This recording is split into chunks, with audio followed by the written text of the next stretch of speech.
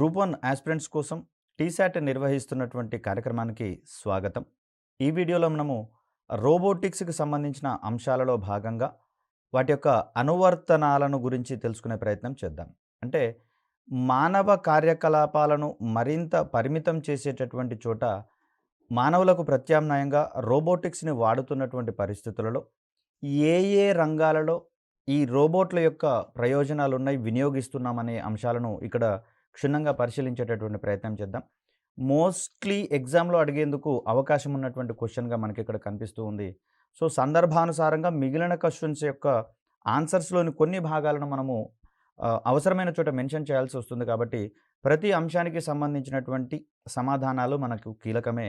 ఇవి రిలేటివా, ఇర్రిలేటివా అనేటటువంటిది మనకు పక్కకు పెడితే, ఇక్కడ ప్రిలిమ్స్ పాయింట్ ఆఫ్ వ్యూ నుంచి మొదలుకొని జనరల్ ఎస్సేలో కూడా ఒక 50 మార్కుల నిడివితోటి రాగలిగేటటువంటి క్వెషన్స్ సైన్స్ అండ్ టెక్నాలజీలో మనం రూపొందించుకోవాల్సి వస్తుంది కాబట్టి, నేర్చుకున్న ప్రతి ఒక్క అంశం ఏదో ఒక చోట డైరెక్ట్‌లీ ఆర్ ఇండైరెక్ట్‌లీ మనం వాటిని మెన్షన్ చేయాల్సి వస్తుంది కాబట్టి, ఏది మనకిక్కడ వృధా కాదు. సో, ఈ ఓరియంటేషన్‌లో రోబోల యొక్క అనువర్తనాలు అంటే వాటి యొక్క ఉపయోగాలు ఏ విధంగా ఉన్నాయి, రంగాల వారీగా అనేటటువంటి అంశాలు తెలుసుకునే ప్రయత్నం చేద్దాం. సో, దీనికి సింపుల్‌గా క్వెషన్ అడిగేందుకు అవకాశం ఉంది. రోబోటిక్స్ అనువర్తనాలను గురించి రాయండి. సో, ప్రస్తుతము మానవాళి తమ యొక్క అవసరాలకు అనుగుణంగా రకరకాలైనటువంటి ఆకారాలలో రోబోలను తయారు చేసుకొని వినియోగించుకుంటున్న పరిస్థితులు మనందరికీ తెలిసిందే. వాటిని మనం రంగాల వారీగా అనాలిసిస్ చేసి రాయాల్సి ఉంటుంది. ప్రపంచంలో ప్రస్తుతం రోబోటిక్స్ రంగం అత్యంత వేగంగా అభివృద్ధి చెందుతున్నటువంటి రంగంగా ప్రసిద్ధిగాంచడం మనం ఇక్కడ చూస్తూ ఉన్నాం. సాంకేతిక అభివృద్ధి ఫలితంగా రోబోట్లకు చెందినటువంటి పరిశోధన కావచ్చు, అభివృద్ధి కావచ్చు, వేగవంతం కావడం అనేది జరిగింది. ప్రస్తుతం గతం వీడియోలో చెప్పుకున్నాం ప్రోస్థెటిక్ హ్యాండ్స్ రూపంలో ఇక్కడ మానవ చేతులు అందించేటటువంటి స్పర్శ జ్ఞానానికి పోలి ఉండేటటువంటి స్పర్శ జ్ఞానాన్ని ఇస్తాయి. దీనికి ప్రధానమైనటువంటి కారణంగా కొన్ని రకాలైనటువంటి సెన్సార్స్ కావచ్చు, అదేవిధంగా ఈ ఎలక్ట్రిక్ పల్సెస్‌ని ఒక ప్రాంతం నుంచి మరొక ప్రాంతానికి సరఫరా చేయగలిగేటటువంటి ఫ్లూయిడ్స్ సైతం అంటే ద్రవాలను అందులో అమరుస్తూ ఉంటాం. ఈ ఫ్లూయిడ్స్‌ని సైతం ఆవిష్కరించుకోవడం ద్వారా ఈ వేళ్ళ చివరలో ఉండేటటువంటి సెన్సార్లు అందించేటటువంటి ఆ స్పర్శ జ్ఞానాన్ని ఈ ఫ్లూయిడ్స్ సంబంధిత విభాగాలకు సమర్థవంతంగా చేరవేయడం వల్ల మానవుని చేతుల మాదిరిగా శుతిమెత్తగా, సున్నితంగా ఉండేటటువంటి చేతులే తయారు చేసేటందుకు అవకాశం ఉంది. అదేవిధంగా మన చేతుల నుంచి ఏ విధమైనటువంటి స్పర్శానుభూతులు అయితే అందించబడతాయో, అదే విధమైనటువంటి స్పర్శానుభూతులు అందించేందుకు అవకాశం ఉంది. అదేవిధంగా టైపింగ్ కూడా చేయగలిగేటటువంటి సామర్థ్యం ఈ ప్రోస్థెటిక్ హ్యాండ్స్ వల్ల మనకు వస్తుంది కాబట్టి, ఎటువంటి పనైనా సరే రాయడం కావచ్చు, టైపింగ్ చేయడం వంటి పనులు కూడా మనం వీటితోటి చేయగలిగేటటువంటి వీలుంది. ఇది ఏ ఒక్క రోజులోనో జరిగింది కాదు. సాంకేతికత యొక్క అభివృద్ధి వల్ల వచ్చినటువంటి ఒక అద్భుత ఆవిష్కరణగా మనం ఇక్కడ చూస్తూ ఉంటాం. అదేవిధంగా పారా ఒలింపిక్స్‌కి సంబంధించి అంశాలలో చూస్తే, ఇక్కడ కాళ్ళు లోపించినటువంటి వ్యక్తులు సైతము కొన్ని ప్లేట్ల సహాయంతో రన్నింగ్ వంటి అంశాలలో పాల్గొనేటటువంటి ఉదాహరణలు మనం చూస్తూనే ఉన్నాం. ఇలా చూస్తే మనకు అవసరాలు ఏవైనా సరే వాటికి అనుగుణమైనటువంటి రోబోలను రూపొందించగల సాంకేతికత అనేది ప్రస్తుతం అభివృద్ధి చెందించబడింది. సో, ఈ కారణంతోటే చూస్తే దీని పర్యవసానంగా గృహావసరాలు కావచ్చు, వాణిజ్య అవసరాలకు కావచ్చు, అదేవిధంగా సైనిక అవసరాలకు సైతం, మిలిటరీ అవసరాలకు సైతం దోహదపడేటటువంటి పలు రకాల రోబోట్ల తయారీ ప్రస్తుతం మనకు సులభ సాధ్యమైంది.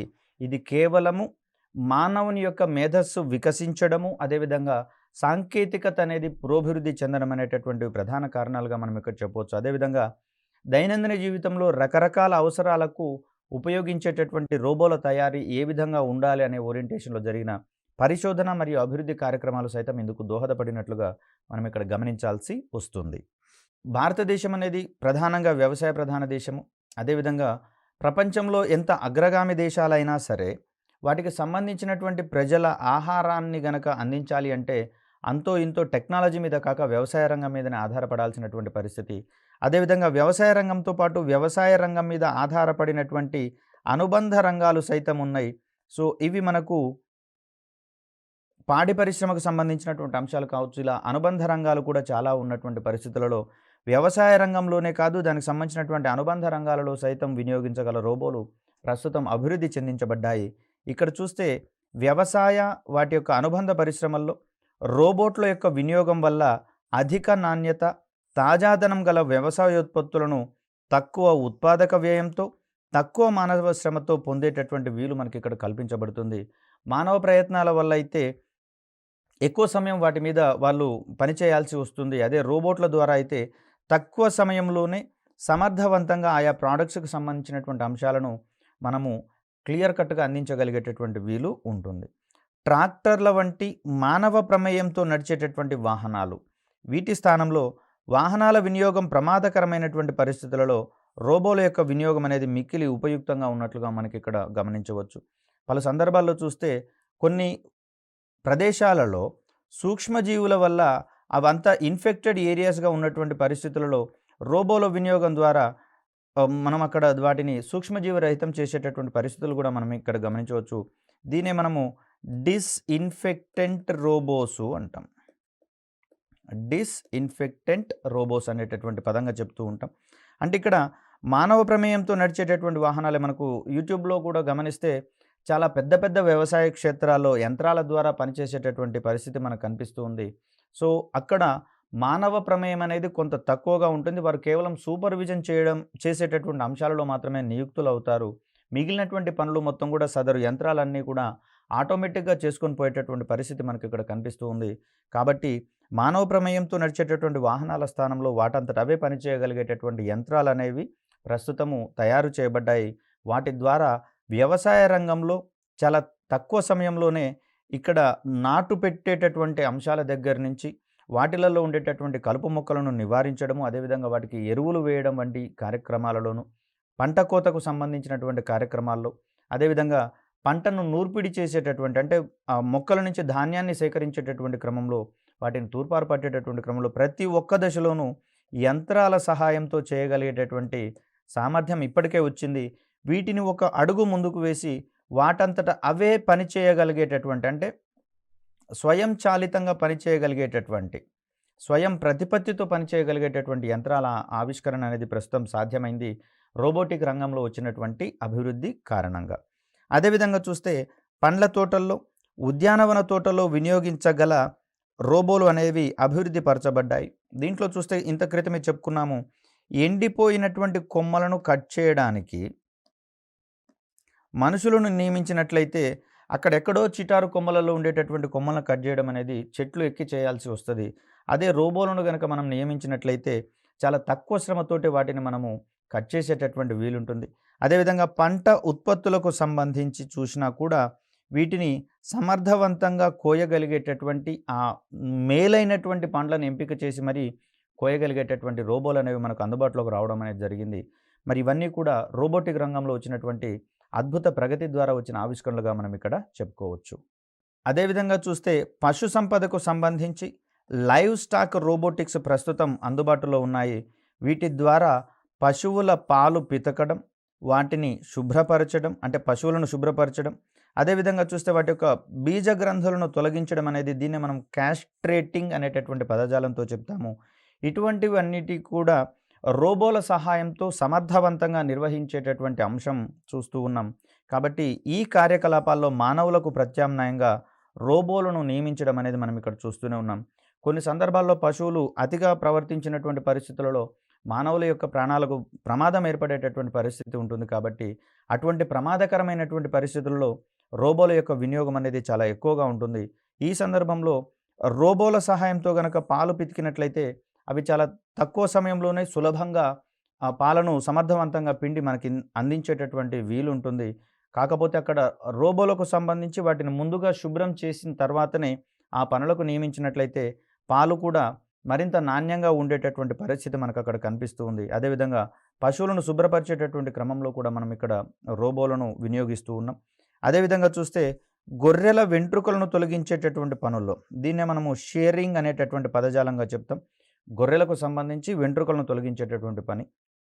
ఇక్కడ మనకు సాధారణంగా చూస్తే ఒక్కొక్కరు కూడా చాలా తక్కువ సంఖ్యలో గొర్రెలను పెంచేటటువంటి క్రమాన్ని చూస్తాం. కానీ ఆస్ట్రేలియా వంటి దేశాలలో, అదేవిధంగా జమ్మూ అండ్ కాశ్మీర్లో సైతము ఇక్కడ ఈ గొర్రెల పెంపకాన్ని కావచ్చు, మేకల పెంపకాన్ని కావచ్చు, పెద్ద పెద్ద క్షేత్రాల్లో నిర్వహించేటటువంటి పరిస్థితులు మనకు కనిపిస్తూ ఉంటాయి. కాబట్టి అధిక సంఖ్యలో ఉన్నటువంటి గొర్రెల నుంచి ఉన్నిని గనక సేకరించాల్సి వస్తే మానవ ప్రయత్నాలతో చేసేటట్లయితే ఎక్కువ మంది మనుషులను మనం నియుక్తులను చేసుకోవాల్సి వస్తుంది. అదే రోబోలను గనక నియమించినట్లయితే చాలా తక్కువ సమయంలోనే ఆ గొర్రెల నుంచి ఉన్నిని సేకరించడం అనేది మనకు సులభ సాధ్యం అవుతుంది.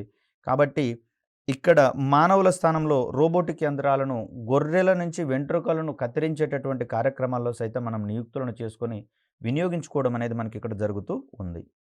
మరొక రంగం కీలకమైనటువంటిది రోబోట్ల వినియోగానికి సంబంధించి దీన్ని మనం గృహ రంగంగా చూడవచ్చు.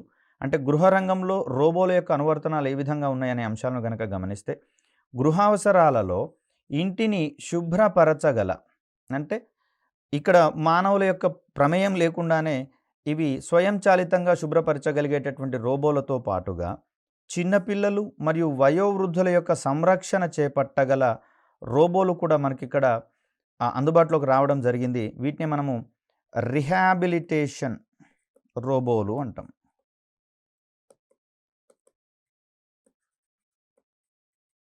రిహాబిలిటేషన్ రోబోలు. ఒకవేళ తల్లిదండ్రులు ఇద్దరు గనక ఉద్యోగాలు చేసేటటువంటి పరిస్థితులలో ఉంటే అక్కడ వారి మీద ఆధారపడినటువంటి వారి యొక్క సంరక్షణను చేపట్టడం అనేది మనం ఇక్కడ చూడవచ్చు. సో వీటిని మరో రకంగా చూస్తే మనము కంపానియన్ రోబోలకు సంబంధించినటువంటి అంశంగా కూడా చూడవచ్చు. సో ఒకవేళ చిన్నపిల్లలు గనక ఉన్నట్లయితే వారికి కథలు చెప్పగల రోబోలు, అదేవిధంగా వారితో కొన్ని రకాలైనటువంటి గేమ్స్ ఆడగల రోబోలను గనక మనం అందించినట్లయితే పిల్లలు వినోద కార్యక్రమాలలో నిమగ్నులు కావడం ద్వారా వారిలో ఉండేటటువంటి ఆ సహజ సిద్ధమైనటువంటి ఒంటరితనాన్ని దూరం చేసేటందుకు వీలుంటుంది. వయోవృద్ధులకు సంబంధించి కూడా చూస్తే వారితో ఆ వయసులో పరస్పరం సంభాషించేటటువంటి వ్యక్తులు ఉన్నట్లయితే కొంత ఒంటరితనాన్ని నుంచి దూరంగా ఉండి మనసు కాస్త రిలీఫ్గా ఉండేందుకు అవకాశం ఉంటుంది. మరి ఆ రకాలైనటువంటి రోబోలన్నీ కూడా కంపానియన్ రోబోల పేరు మీద, హ్యూమనాయిడ్ రోబోల పేరు మీద మనం అభివృద్ధి పరచుకోవడం అనేది జరిగింది. ఇది గృహ రంగంలో రోబోల యొక్క వినియోగానికి సంబంధించినటువంటి ఒక అద్భుతమైన అంశంగా మనం ఇక్కడ చూడవచ్చు. ఇక్కడ ఉదాహరణలు కనుక గమనించినట్లయితే రోబోటిక్ వాక్యూమ్ క్లీనర్స్, అదేవిధంగా చూస్తే డ్రెస్మాన్ అనేటటువంటి రోబో అండి. ఇది వస్త్రాలను దానంతట అదే ఇస్త్రీ చేసేటటువంటి స్వభావాన్ని కలిగి ఉంటుంది. ఇస్త్రీ చేసి మడత పెట్టి మనకు అందించేటటువంటి రోబోగా మనకి ఇక్కడ డ్రెస్మాన్ అనేది కనిపిస్తుంది. అదేవిధంగా సోమాబార్ అనేటటువంటిది ఒకటి కిచెన్ రోబో. ఇక్కడ వంట ఇంటిలో పని చేసిన తర్వాత మనకు ఉండేటటువంటి గిన్నెలు మొత్తం క్లీన్ చేయగలిగేటటువంటి సామర్థ్యం ఉన్న రోబోగా మనకి ఇక్కడ కనిపిస్తుంది. అదేవిధంగా క్యాట్ లిట్టర్ రోబోస్, అంటే పిల్లులను పెంచుకునే వాళ్ళు వాటి కోసము కొన్ని చిన్నటువంటి ఇళ్ళ మాదిరి వాటిని అమర్చడం జరుగుతుంది. ఈ పిల్లులు అందులోకి వెళ్ళి రెస్ట్ తీసుకోవడం జరుగుతుంది. మరి వాటిని శుభ్రపరిచేటటువంటి క్రమంలో కూడా మనకు క్యాట్ లిట్టర్ రోబోస్ అనేటటువంటివి చాలా సమర్థవంతంగా పనిచేస్తున్నట్లుగా గుర్తించడం జరిగింది. సో ఇక్కడ మరొక అంశాన్ని కనుక గమనిస్తే మనకు ఇంటి నుంచి మురికి కాలువల నుంచి నీళ్లు పోయేటటువంటి కెనాల్స్ ఉంటాయి కదండి. మరి ఈ కెనాల్స్లో నాచు వంటివి పెరిగినట్లయితే అక్కడ నీటి యొక్క ప్రవాహం అనేది పొర్లిపోయేటందుకు అవకాశం ఉంది. కాబట్టి ఇక్కడ ఉండేటటువంటి ఈ పైపులను కావచ్చు, లేకపోతే కెనాల్స్ని కావచ్చు, శుభ్రపరిచేటటువంటి రోబోలు కూడా ప్రస్తుతం మనకు అందుబాటులో ఉండడం అనేది జరిగింది. సరే, వాటికి స్పెసిఫిక్ నేమ్స్ అంటూ ఏం లేవు. అవి చేసేటటువంటి పనులతోటే మనం అక్కడ చెప్పుకోవాల్సి ఉంటుంది. అదేవిధంగా స్విమ్మింగ్ పూల్స్ యొక్క పరిమాణము ఎంత ఉంటుందో మనకందరికీ తెలిసిందే. మరి వాటన్నింటినీ మానవ ప్రయత్నాలతో కనుక క్లీన్ చేయాలంటే చాలా కష్టమైనటువంటి పని. అదే పరిస్థితులలో స్విమ్మింగ్ పూల్స్ని శుభ్రపరిచేటటువంటి క్రమంలో కూడా మనం ఇక్కడ రోబోలను వినియోగిస్తూ ఉన్నాం. ఇవన్నీ రోబోటిక్ రంగంలో వచ్చిన అభివృద్ధి వల్ల వచ్చిన అనువర్తనాలుగా మనం ఇక్కడ చూడవచ్చు. సో ఇది గృహ రంగానికి సంబంధించినటువంటి రోబోల యొక్క వినియోగము. ఇక్కడ రోబోల యొక్క వినియోగం అత్యధికంగా ఉన్నటువంటి మరో రంగంగా వైద్య రంగం అనేది మనకి ఇక్కడ కనిపిస్తూ ఉంది. వైద్య రంగంలో వైద్యుల పర్యవేక్షణలో శస్త్రచికిత్సలు చేయగల రోబోలతో పాటు వైద్యుల ప్రమేయం లేకుండానే శస్త్రచికిత్సలు నిర్వహించగల రోబోలను ఇటీవల కాలంలో ప్రముఖ సూపర్ స్పెషాలిటీ హాస్పిటళ్లు వినియోగించడం అనేది జరుగుతుంది. ఉదాహరణకు గమనిస్తే డావిన్సీ అనేటటువంటిది మరియు జ్యూస్ అనేటటువంటిది, ఇది గుండెకు సంబంధించినటువంటి కరోనరీ డిసీజెస్కు సంబంధించినటువంటి శస్త్రచికిత్సలను సమర్థవంతంగా చేసేటటువంటి 2 వ్యవస్థలుగా మనకి ఇక్కడ కనిపిస్తూ ఉన్నాయి. డావిన్సీ మరియు జ్యూస్ అనేటటువంటి 2 రోబోటిక్ వ్యవస్థలు. ఇది వైద్యుడి యొక్క పాక్షిక పర్యవేక్షణలో, అంటే పూర్తి స్థాయిలో పర్యవేక్షణ చేయాల్సినటువంటి అవసరం లేదు. పాక్షిక పర్యవేక్షణలో ఇది శస్త్రచికిత్సలను చేసేటటువంటి రోబోలుగా మనకిక్కడ డావిన్సీ మరియు జ్యూస్ అనేటటువంటివి కనిపిస్తూ ఉన్నాయి. అదేవిధంగా చూస్తే కంటికి సంబంధించినటువంటి శస్త్రచికిత్సలను ఎటువంటి రక్తం చిందించకుండానే పర్ఫెక్ట్‌గా చేయగలిగేటటువంటి రోబోలు ప్రస్తుతం మనకు అందుబాటులో ఉన్నాయి. వీటి యొక్క మరొక ప్రత్యేకత ఏంటంటే, మానవులతో కంపేర్ చేసినా కూడా వైద్యుల కంటే పర్ఫెక్ట్‌గా ఇవి వైద్యం చేస్తున్నట్లుగా, శస్త్రచికిత్సలు చేస్తున్నట్లుగా మనకు కనిపిస్తూ ఉంది. అయితే కొన్ని విపత్కర పరిస్థితులు ఎదురైనప్పుడు, అంటే బీపీ సడెన్‌గా రైజ్ అయినప్పుడు కావచ్చు, రక్తస్రావం ఏర్పడినప్పుడు కావచ్చు, ఇవి కొంచెం పట్టించుకోకుండానే తమకిచ్చినటువంటి పనిని చేస్తున్నట్లుగా గమనించడం జరిగింది. అంటే అక్కడ కాలక్రమంలో ఏ విధమైనటువంటి మార్పులు ఎదురవుతున్నాయనే అంశాలు పట్టించుకోకుండా కేవలం తమకు అప్పగించినటువంటి పనిని యాంత్రికంగా చేసుకుంటూ పోవడం ఇందులో ఉన్నటువంటి ఒక ప్రధానమైనటువంటి అవరోధంగా మనకి ఇక్కడ కనిపిస్తూ ఉంది. సో అదొక్కటే ఈ రంగంలో ఉన్నటువంటి లిమిటేషన్స్. కానీ కొన్ని సున్నితమైనటువంటి శస్త్రచికిత్సల్లో సైతం ఇవి కీలకంగా పరిగణిస్తూ ఒకటే రోజున అధిక మొత్తంలో శస్త్రచికిత్సలు చేసేటందుకు సైతం వీటిని వినియోగించుకుంటూ ఉన్నారు. అదేవిధంగా వైద్యులైతే కొన్ని సందర్భాలలో కొన్ని ఆపరేషన్స్ చేయగానే సహజంగానే అలసిపోయేటటువంటి ధోరణిలోకి వెళ్ళిపోతారు. కానీ ఇవి మాత్రం ఎటువంటి అలసట లేకుండా ఎన్ని ఆపరేషన్స్‌నైనా సరే సమర్థవంతంగా నిర్వహించగలిగేటటువంటి వీలుంది. తద్వారా తక్కువ సమయంలోనే ఎక్కువ మంది రోగులకు సేవనందించేటటువంటి క్రమంలో అనేకమైనటువంటి మల్టీ స్పెషాలిటీ హాస్పిటల్స్ లేదా సూపర్ స్పెషాలిటీ హాస్పిటల్స్ అనేవి రోబోల యొక్క వినియోగం పట్ల ఎక్కువగా ఆసక్తిని కనిపిస్తున్నాయి. అదేవిధంగా చూస్తే హోస్పీ వంటి రోబోలు ఇవి కొరియర్ సర్వీసులు అందించేటటువంటి, అంటే డాక్టర్లకు అవసరమైనటువంటి శస్త్రచికిత్స ఉపకరణాలను అందించేటటువంటి రోబోలుగా, అదేవిధంగా ఇంజెక్షన్స్ చేసేటటువంటి క్రమంలో సంబంధిత ఉపకరణాలను అందించేటటువంటి రోబోలుగా మనకిక్కడ ఉపయోగించడం అనేది జరుగుతుంది హోస్పీకి సంబంధించి. సో వీటితో పాటుగా పునరావాస రోబోలు, వీటిని మనము రీహాబిలిటేషన్ రోబోలకు సంబంధించినటువంటి అంశాలుగా చూస్తూ ఉన్నాం. వీటి యొక్క తయారీ కూడా ప్రస్తుతం ఉన్నటువంటి సాంకేతిక యుగంలో సాధ్యం కావడం అనేది జరిగింది. తమంత తాము స్వయంగా పనులు చేసుకోలేని వయోవృద్ధులు అందాం. పనులు చేసుకోలేని వయోవృద్ధులు, బలహీనులు, అదేవిధంగా శరీర భాగాలు కోల్పోయిన వారికి సైతము సేవలు చేయగలిగేటటువంటి రోబోలు ప్రస్తుతం మనకు అందుబాటులో ఉన్నాయి. ఉదాహరణకు గనక గమనిస్తే పక్షవాతం సోకినటువంటి రోగులకు సైతము సేవ చేయగలిగేటటువంటి రోబోటిక్ వ్యవస్థలు ప్రస్తుతం అందుబాటులోకి రావడం జరిగింది. Functional robot with user friendly interface for disabled people, దీన్ని ఫ్రెండ్ అనేటటువంటి పేరుతో తీసుకోవడం జరిగింది. ఇటువంటి రోబోల సహాయంతో పక్షవాత రోగులకు అవసరమైనటువంటి సేవలు అందించేటటువంటి అవకాశం దొరికింది.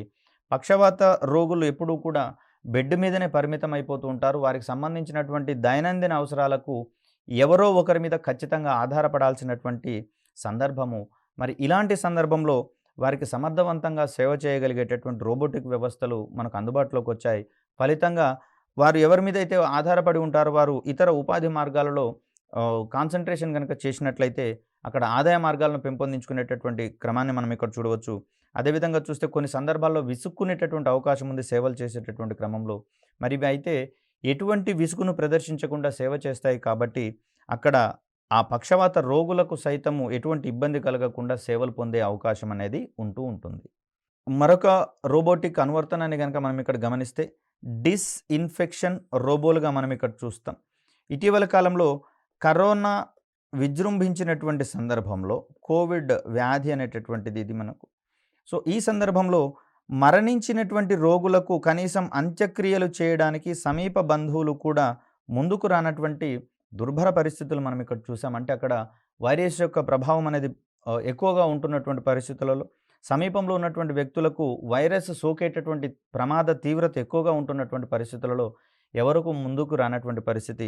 అదేవిధంగా చూస్తే ప్రపంచ దేశాలన్నింటినీ కూడా ఎబోలా వైరస్ అనేటటువంటిది, నిఫా వైరస్, అదేవిధంగా జికా వైరస్, ఇటువంటి వైరస్లన్నీ కూడా పాండమిక్గా మారినటువంటి పరిస్థితులలో సంబంధిత ప్రాంతాలకు వెళ్ళాలి అంటే కొంచెం కష్టమైనటువంటి పని. మానవులైతే ఎన్నోసార్లు ఆలోచించాల్సినటువంటి పని. మరి అలాంటి సూక్ష్మజీవులు సోకినటువంటి ప్రాంతాలను డిసిన్ఫెక్షన్ దట్ మీన్స్ అక్కడ ఉన్నటువంటి సూక్ష్మజీవులను మొత్తం నశింపచేయాలి అంటే మానవ ప్రయత్నాలతో అయితే కొంచెం సాధ్యం కానటువంటి పరిస్థితి. ఒకవేళ మానవులు వెళ్ళినా కూడా వాళ్ళు కూడా ఇన్ఫెక్షన్ బారిన పడేందుకు అవకాశం ఉంటుంది. కాబట్టి మరి ఆ పరిసరాలను సూక్ష్మజీవ రహితం చేయడానికి వినియోగించగలిగేటటువంటి రోబోలను మనం ఇక్కడ డిసిన్ఫెక్షన్ రోబోలు అని చెప్పేసి అంటాం. మానవుడు పనిచేయలేని భయానక పరిస్థితులలో తమ సేవలను అందించగల రోబోట్ల తయారీ నేడు సాధ్యం కావడం అనేది జరిగింది.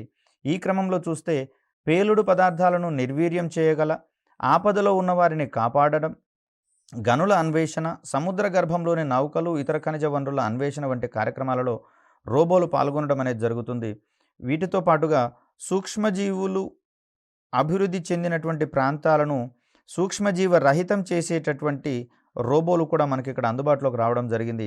సంబంధిత పదార్థాలను పిచికారీ చేయడం ద్వారా, లేకపోతే అక్కడ రేడియేషన్ని ప్రొవైడ్ చేయడం ద్వారా, లేదా అక్కడ ఉన్నటువంటి ప్రాంతాలలో అల్ట్రావైలెట్ కిరణాలను ఎక్కువగా వెదజల్లడం ద్వారా అవి సూక్ష్మజీవులను నాశనం చేసేటటువంటి ధర్మాలను కలిగి ఉంటాయి. కాబట్టి ఇక్కడ డిసిన్ఫెక్షన్ రోబోస్ అనేవి సూక్ష్మజీవ రహితం చేయగలిగేటటువంటి సామర్థ్యం ఉన్నటువంటివి. అదేవిధంగా కొన్ని సందర్భాలలో వెళ్ళేటటువంటి దారుల్లో శత్రు దేశాలకు సంబంధించినటువంటి వారు మందు పాత్రలను అమర్చేటటువంటి క్రమం మనం ఇక్కడ చూస్తూ ఉంటాం.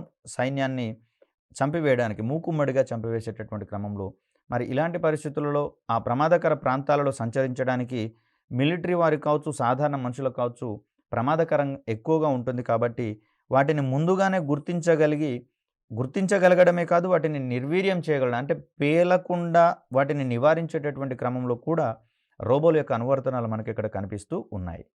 అదేవిధంగా చూస్తే వీటన్నింటితో పాటుగా బోధనలో సైతం ఉపయోగించగలిగేటటువంటి రోబోలు ప్రస్తుతం మనకు అందుబాటులోకి రావడం జరిగింది.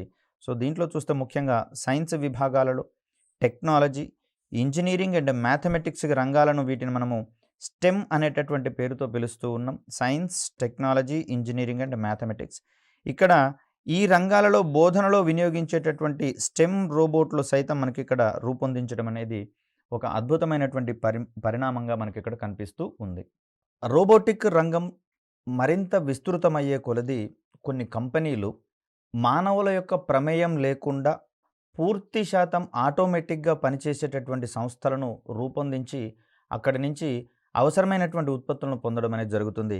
ఫర్ ఎగ్జాంపుల్ గమనించినట్లయితే ఐబిఎంకు సంబంధించినటువంటి ఒక ఫ్యాక్టరీలో కీబోర్డ్స్ తయారీ చేసేటటువంటి క్రమంలో దీనిని మానవులతో నిమిత్తం లేకుండా పూర్తి స్థాయిలో రోబోలతోటే పనిచేయిస్తూ కీబోర్డ్స్ని అంటే కంప్యూటర్కి సంబంధించినటువంటి కీబోర్డ్స్ని తయారు చేసేటటువంటి సంస్థలుగా మనకి ఇక్కడ కనిపిస్తున్నాయి. వీటిని 100% రోబోలే స్వతంత్రంగా చేస్తున్నట్లుగా గుర్తించడం జరిగింది. ఇటువంటి ఫ్యాక్టరీలు మనము ఆటోమేటెడ్ ఫ్యాక్టరీస్గా చెప్తాం. ఆటోమేటెడ్ ఫ్యాక్టరీస్ అంటే ఇక్కడ సాధారణంగా మానవుల యొక్క అవసరం అనేది వీలైనంత తక్కువకు చేసేటటువంటి పరిస్థితులతో పాటు పూర్తిగా మానవుల యొక్క ప్రమేయం లేకుండానే ఉత్పాదకతను సాధించగలిగేటటువంటి దిశగా ప్రస్తుతము కంపెనీలు అనేవి దృష్టి సారించడం జరిగింది.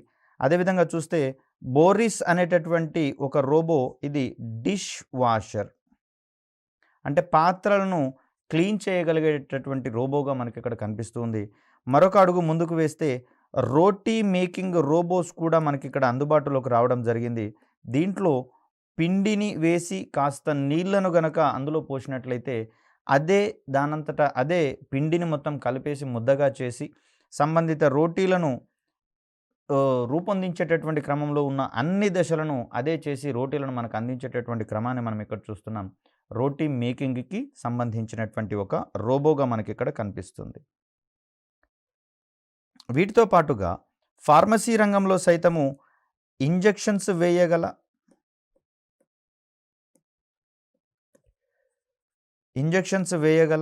అదేవిధంగా చూస్తే రోగికి సకాలంలో ట్యాబ్లెట్స్ను అందించగల,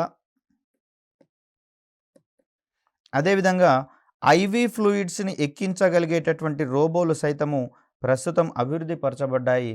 తద్వారా అక్కడ పేషెంట్స్కి కూడా ఒక రకమైనటువంటి ఆహ్లాదకరమైన వాతావరణంలో వైద్యాన్ని స్వీకరించేటటువంటి పరిస్థితులు ఉంటాయి. తద్వారా ఇతర మానవుల యొక్క ప్రమేయం అవసరం లేకుండానే సంబంధిత ఔషధాలను, మెడిసిన్స్ని వారు సకాలంలో తీసుకునేటందుకు అవకాశం ఉంటుంది. మనుషులైతే కొన్ని సందర్భాలలో వారు వైద్య వృత్తిలో ఉన్నా కూడా కొన్ని ప్రత్యేకమైనటువంటి పరిస్థితుల్లో కావచ్చు, లేదా పని ఒత్తిడిలో కావచ్చు, పని హడావిడిలో కావచ్చు, సంబంధిత ఔషధాలను అందించడం మర్చిపోయేటటువంటి ప్రమాదం ఉంటుంది, అవకాశం ఉంటుంది. కానీ రోబోల ద్వారా వీటిని ఖచ్చితంగా సమయానికి అనుకూలంగా వాటిని అందించేటటువంటి వీలుంటుంది రోబోల యొక్క వినియోగాన్ని చేపట్టినట్లయితే. మరొక రకంగా చూస్తే కొన్ని ప్రత్యేకమైనటువంటి సందర్భాలలో వివిధ రకాలైనటువంటి వస్తువులను వాటి యొక్క విడిభాగాలను సమీకరించి అసెంబుల్ చేయాల్సినటువంటి అవసరం వస్తుంది. ఈ క్రమంలో ఉపయోగపడేటటువంటివే మనకు అసెంబ్లింగ్ రోబోస్. అంటే కొన్ని ఉపకరణాల యొక్క విడిభాగాలను సమీకరించుకొని వాటన్నింటినీ అసెంబుల్ చేసేటటువంటి కార్యక్రమాలన్నింటినీ కూడా మానవ ప్రమేయంతో అవసరం లేకుండా, నిమిత్తం లేకుండా తమంతట తామే చేయగలిగేటటువంటి అవకాశాలు ఇక్కడ మనకు కనిపిస్తూ ఉన్నాయి అసెంబ్లింగ్ రోబోట్స్కి సంబంధించినటువంటి అంశాలలో భాగంగా. అదేవిధంగా కొన్ని సందర్భాలలో వెల్డింగ్ చేసేటటువంటి పరిస్థితులలో సైతము మనము రోబోట్స్ యొక్క అనువర్తనాలను చూస్తున్నాం, ఉపయోగాలను చూస్తున్నాం. వీటిని ప్రధానంగా మనం ఇక్కడ వెల్డింగ్ రోబోట్స్ అని, సీమ్ వెల్డింగ్ రోబోట్స్ అనేటటువంటి పేర్లతో మనం ఇక్కడ పిలుస్తూ ఉన్నాం. ఇక్కడ కొన్ని సందర్భాలలో మానవుల యొక్క ఆరోగ్యానికి సైతం అది కొంచెం ప్రమాదకరమైనటువంటి పరిస్థితులు వెల్డింగ్ చేసేటటువంటి కార్యక్రమాల్లో కంటికి ఎక్కువగా ఇబ్బంది కలిగేటటువంటి పరిస్థితులు కూడా ఉన్నటువంటి అంశాలు మనం చూస్తూ ఉన్నాం. మరి ఆ సందర్భాలలో మనకు మానవులకు ప్రత్యామ్నాయంగా ఆ వెల్డింగ్ కార్యక్రమాలలో సైతం వినియోగించుకునేటటువంటి రోబోలు అభివృద్ధి చేయడం జరిగింది. ఇదే క్రమంలో చూస్తే లోహ పరిశ్రమలలో అక్కడ ఉన్నటువంటి వేడిని తట్టుకొని పనిచేయడం అనేది కొంచెం సవాలుతో కూడుకున్నటువంటి పని కాబట్టి, మరి అక్కడ ఉన్నటువంటి వేడిని తట్టుకోగలిగేటటువంటి రోబోలు సైతం మనకి ఇక్కడ అందుబాటులోకి రావడం జరిగింది. మరొక అడుగు ముందుకు వేసి మిలిటరీకి ప్రత్యామ్నాయంగా అటువంటి సైనిక కార్యకలాపాలు చేసేటటువంటి రోబోలు సైతం మనకి ఇక్కడ నియుక్తులు కావడం జరిగింది. వీటిని మరొక ప్రత్యేకమైనటువంటి క్వశ్చన్లో తెలుసుకునే ప్రయత్నం చేద్దాం. ఇక్కడ భారతదేశానికి చెందినటువంటి డిఆర్డిఓ సైతము ప్రమాదకరమైనటువంటి రసాయనాలను కావచ్చు, పేలుడు పదార్థాలను కావచ్చు గుర్తించగలిగేటటువంటి రోబోని, అదేవిధంగా వాటిని నిర్వీర్యం చేసేటటువంటి రోబోని రూపొందించడం అనేది జరిగింది. దానిని దక్షకు సంబంధించినటువంటి పేరుతో చెప్తూ ఉంటాం. ప్రపంచ దేశాలన్నీ కూడా రోబోల యొక్క వినియోగం పట్ల అమితమైనటువంటి ఆసక్తిని కలిగి ఉండగా, భారతదేశంలో రోబోటిక్ రంగం కొంచెం వెనుకబాటుతనానికి గురైనట్లుగా మనకి ఇక్కడ కనిపిస్తుంది. కనుకనే కేవలం మనము ఇంపోర్ట్ చేసుకున్నటువంటి రోబోలను మాత్రమే వినియోగించే పరిస్థితి మనకు కనిపిస్తూ ఉంది. కానీ భారతదేశం తనంతట తానుగా ఈ రంగంలో పరిశోధన మరియు అభివృద్ధి కార్యక్రమాలను చేపట్టి ఇక్కడ రోబోలను తయారు చేసి వినియోగించేటటువంటి అంశాలలో కొంచెం వెనుకబడినట్లుగా కనిపిస్తుంది. దీనికి ప్రధానమైనటువంటి కారణంగా ఇది ఒక మల్టీ డిసిప్లినరీ రంగం కావడం, అదేవిధంగా దీనికి సంబంధించినటువంటి విద్యా అవకాశాలు నేటికి కూడా దేశవ్యాప్తంగా పెద్ద మొత్తంలో కల్పించబడలేకపోవడం.